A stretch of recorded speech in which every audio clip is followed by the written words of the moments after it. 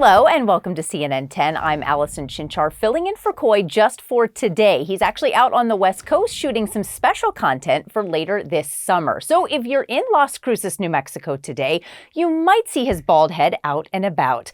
I'm excited to be here with you. We've got a great show for you today, so let's go ahead and get started. We begin today with severe storms that battered a large area of the U.S. and triggered dozens of tornado reports over the last week. Now, late last week, an EF3 tornado rocked the St. Louis area, damaging or destroying thousands of buildings. And a powerful EF4 tornado tore across southern Kentucky. The National Weather Service officials say it was the deadliest tornado in the history of their area, with London, Kentucky hit particularly hard. Now, another storm hit parts of Kansas, Oklahoma, and Colorado late on Sunday, where homes were severely damaged, roads were blocked, and cars were overturned. The storms were powerful enough to toss semi-trucks into a field in Kansas. A powerful EF1 tornado tore apart homes and brought down trees in Nebraska.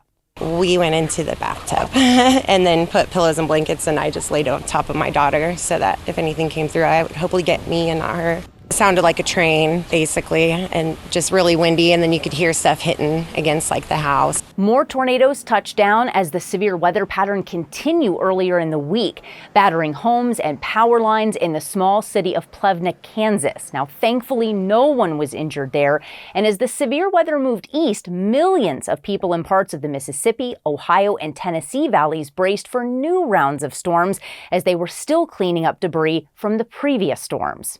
It is simply unsafe to be around that much debris with this level of wind. Now, further east, tornadoes touched down in parts of Alabama. Let's head to the Weather Center to show you what meteorologists like myself look for when these storms form. This is a two-dimensional look at a storm on radar, but meteorologists see a tornado. But what is it exactly that meteorologists see? Well, let's take a look. The yellow and green colors you see here are going to be your very heavy rain in the storm. The red color indicates your hail core. And then all the way down there, the purple circle, that's where your tornado is going to be. Meteorologists often refer to it as the hook echo because of the hook shape that it ends up taking. But these aren't the only features we look for. We also have to take a look at the winds inside the storm. Imagine this flagpole was inside of our storm, and the flag's going all the way up to the very top of the cloud. The thing is, the wind changes direction as you go up. So this naturally creates that rotation necessary for funnel clouds and also even tornadoes. So now let's take a look at the base of that storm. What you have is you have very warm inflow, warm air coming into the storm and rising, because that's what warm air does. It goes up. But you also have cold air coming down from the tops of the clouds and sinking all the way down towards the base. Now, together, these help to create wind shear down near the perimeter, and that is what helps create some of the more violent tornadoes. Now, what if your tornado has been on the ground for at least a little bit? Then you start to get this, the debris cloud, which is essentially a collection of all of the stuff the tornado has been able to pick up, everything from dust to trees to even homes. Now, tornadoes can happen almost anywhere, so it's important to know the differences between the three key alerts for these storms. You have a tornado watch, a tornado warning, or a tornado emergency. And the National Weather Service has come up with a pretty clever analogy to help us all remember. Tacos. So a taco watch is we have all of the ingredients, but we haven't yet assembled the tacos. Simply meaning we have all the ingredients for a tornado and they're present, but you need to make sure you know your emergency plans and can be ready to go to a safe place when the taco is made. Now you have a taco warning. This means the taco is made, or in other words, a tornado has either been seen or indicated by weather radar, so the threat of danger is imminent. You want to move to an interior room on the lowest floor of a sturdy building and avoid all windows. Also, anyone in a mobile home should safely move to a more substantial shelter.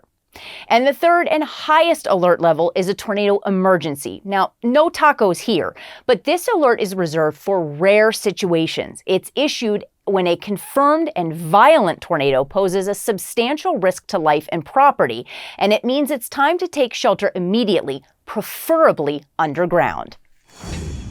10-second trivia. Now, what country has the highest density of robot workers?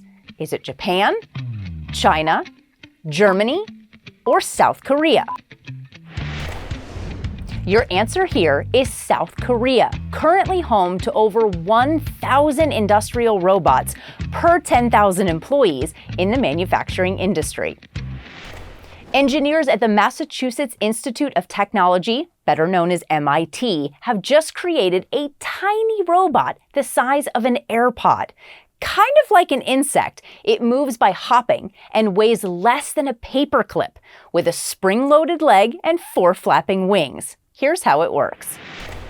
The passive leg, just like a tiny pogo stick, makes sure the robot can bounce back efficiently from the ground.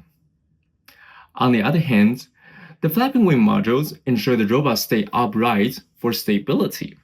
So why does the world need such a small cyborg? The creators say the robot could be used in search and rescue operations because it can navigate confined spaces and withstand rough terrain.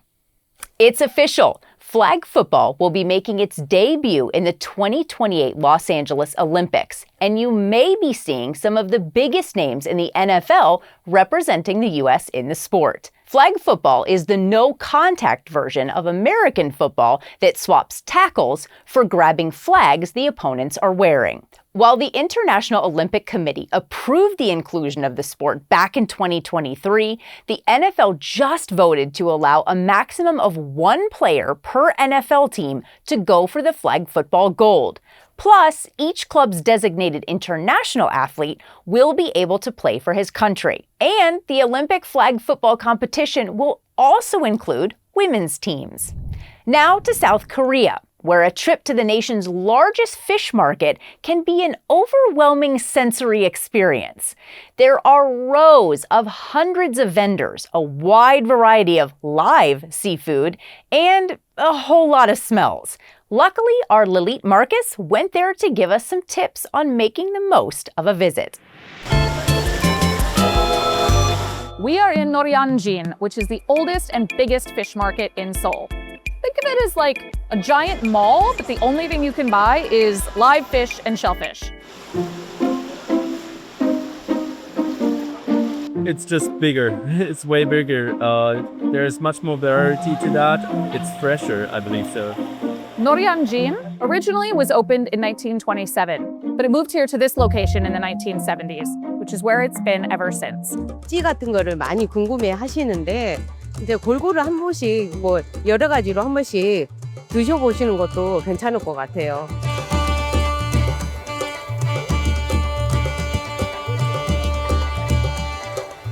Okay, it's chewier than I expected.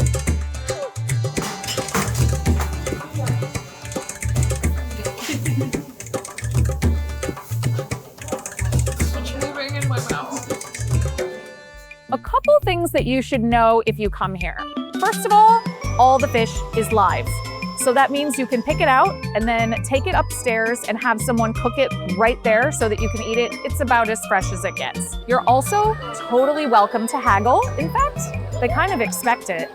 Another important thing if you visit, make sure that you wear good footwear. The floors are wet and I'm an idiot who showed up in ballet flats. So you want to take a cue from all the other people who are here, try a pair of tennis shoes or some rain boots.